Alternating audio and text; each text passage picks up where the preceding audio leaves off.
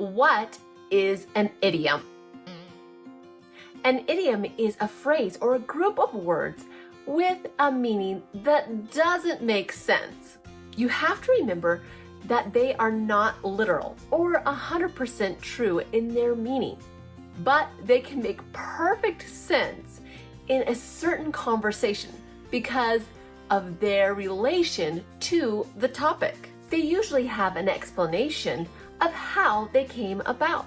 Sometimes idioms are an analogy, or in other words, they are a comparison between two things, typically for the purpose of explanation or clarification. Or they are the metaphor, which is a figure of speech in which a word or a phrase is applied to an object or an action. Wait, what? Okay. Here's what you really need to remember about idioms.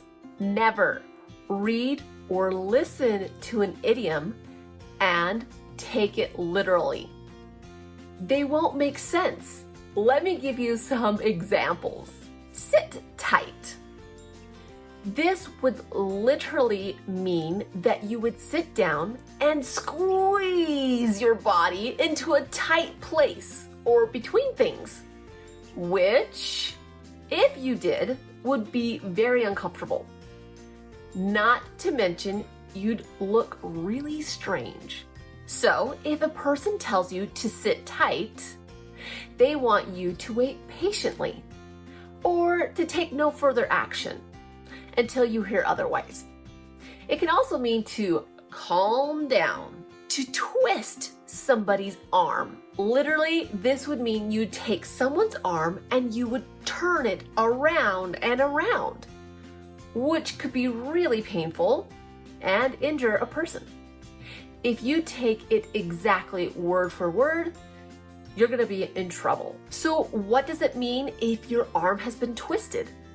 All right, here it is. If your arm has been twisted, it means that somebody has done a great job at convincing you to do something you might not have wanted to do in the first place. So your arm has been twisted. And if you manage to twist someone else's arm, it means you've done a great job convincing them, and they've finally agreed to do something after you've been begging them to do it. You might say, I've twisted their arm. They're coming. Or, I didn't want to come, but she twisted my arm. Okay, here's the next one. To hit the books.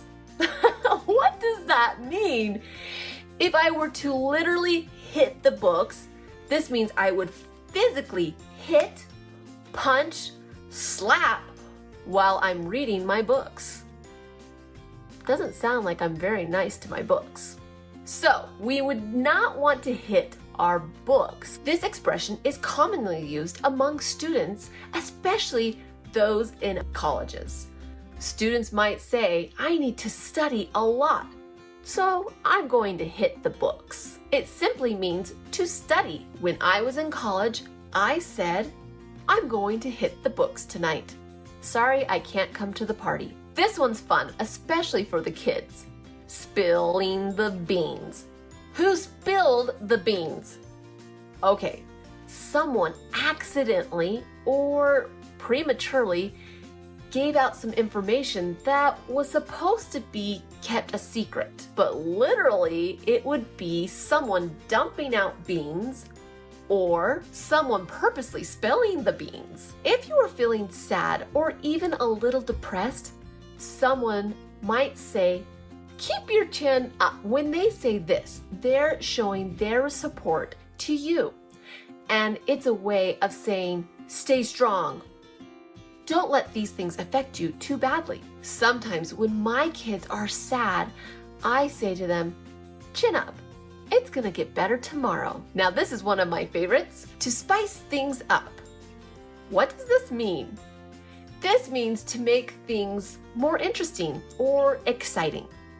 If I were to literally spice things up, I might throw spices from my cabinets up in the air. Sometimes I like to spice up my date nights with my husband. Typically, we go to the movies and out for dinner.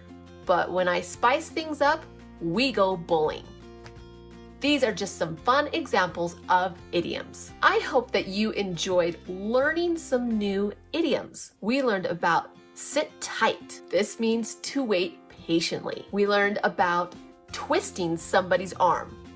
This means that you convinced someone to do what you wanted, or they convinced you. To hit the books. This means that you are going to study, not literally hit the books. To spill the beans means that you told a secret or you told some information a bit too early. You spilled the beans by telling my secret.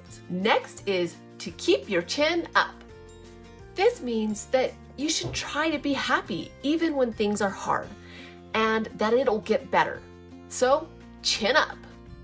And last, to spice things up. This means to change things up and make it more exciting, to give a different perspective and try something new. See you next time!